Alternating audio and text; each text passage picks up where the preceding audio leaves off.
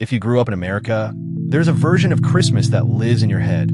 Wrapping paper everywhere, something you asked for twice, and the feeling that the whole morning was built around a trip to one specific store. Aisle after aisle of plastic miracles. Bikes stacked to the ceiling. A giraffe out front who basically told you, this place is for you. That store was Toys R Us. And for decades, it wasn't just a shop. It was the temple of the toy industry. When it died, everyone had a simple villain ready. Amazon ate it. Online shopping won. Case closed. But if that is the whole story, you are missing the plot twist that actually did most of the damage. This is how the biggest name in toys went from owning childhood to filing for bankruptcy, and why the killer wasn't only the internet. It starts in 1948 in Washington, D.C., with a man named Charles Lazarus. He had not set out to build a toy empire. He sold baby furniture to all the new parents flooding home after the war. But Lazarus noticed something obvious. Those babies grew up. And growing up meant one thing: they wanted toys. Lots of them. In 1957, he opened the first Toys R Us. The idea was radical for its time. A supermarket, but for toys. Huge selection, self-service, and a brand built entirely around kids. In 1960, Geoffrey the giraffe showed up. A mascot so simple it became a national shorthand.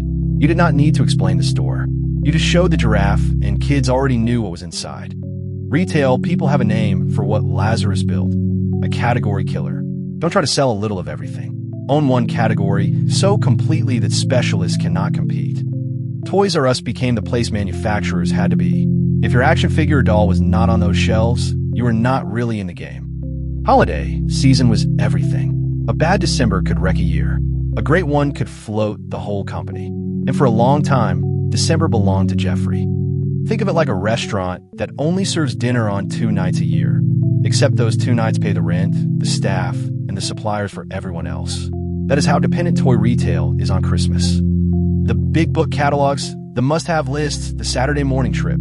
Toys R Us sat at the center of that ritual. Mattel and Hasbro did not just sell to consumers. They sold through Geoffrey's aisles.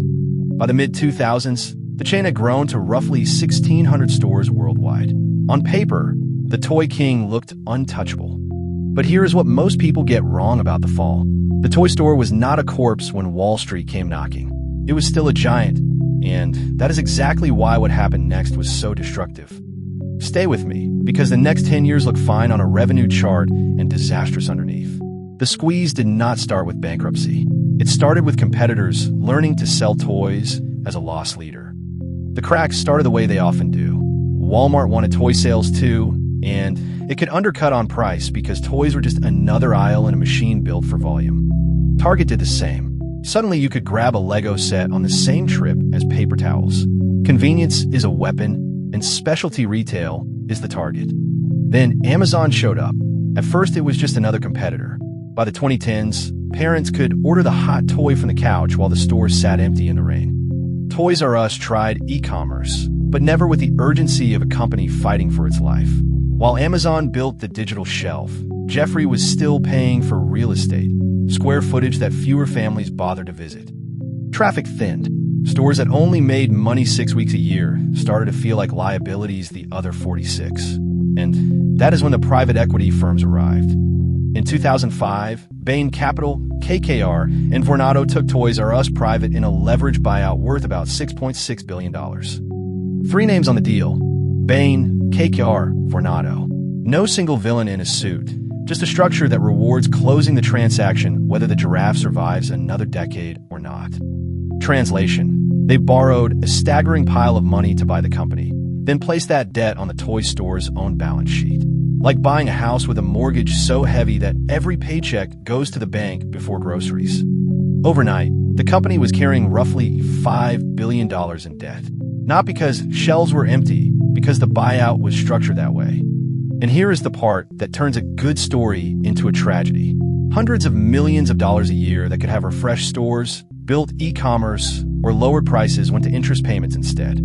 Revenue was still enormous, over $11 billion a year, but the business was bleeding flexibility. And when Amazon and Walmart pushed harder, there was no room left to push back. Analysts estimated the chain was sending roughly $400 million a year to creditors just in interest. Money that never touched a shelf, never hired a developer, never refreshed a tired store. So forget the lazy headline for a second. Amazon mattered, Walmart mattered, but the autopsy that actually explains the death starts on the balance sheet, not the homepage. Inside the stores, the magic faded. Fluorescent lights, scratched floors, out-of-stock shelves, while online photos showed perfect boxes on doorsteps. Employees felt it. Suppliers felt it. Every holiday was a Hail Mary, and the debt did not care about nostalgia. In September 2017, Toys R Us filed for Chapter 11 bankruptcy. Jeffrey was still on the sign. The giraffe did not save them. Chapter 11 was supposed to mean restructuring, a chance to shed debt and come back leaner. Instead, roughly 33,000 U.S. jobs evaporated as the lights went out store by store. By then, roughly 735 U.S. stores were still open. In March 2018, the company announced they would all close. No more Jeffrey. No more midnight toy runs. From hundreds of stores to 0 company-owned locations in America, in the span of a restructuring that became a funeral. A handful of franchise stores still exist overseas, and the brand has tried to come back in limited ways. But the era when Toys R Us owned Christmas in America is over. The lesson is almost too neat. A company can own a generation's memories and still die if you load it with debt and starve it of reinvestment. It is like mortgaging a child's piggy bank to buy the house. The toy store pays the interest until there is nothing left to play with. Kids still want toys. They just get them differently now. The giraffe did not lose to a lack of demand. It lost to a lack of room to maneuver. So what do you think? Was Toys R Us doomed by the internet or by the buyout? Did you have a Jeffrey store you still miss? Tell me in the comments. And if you want more stories like this, you know what to do.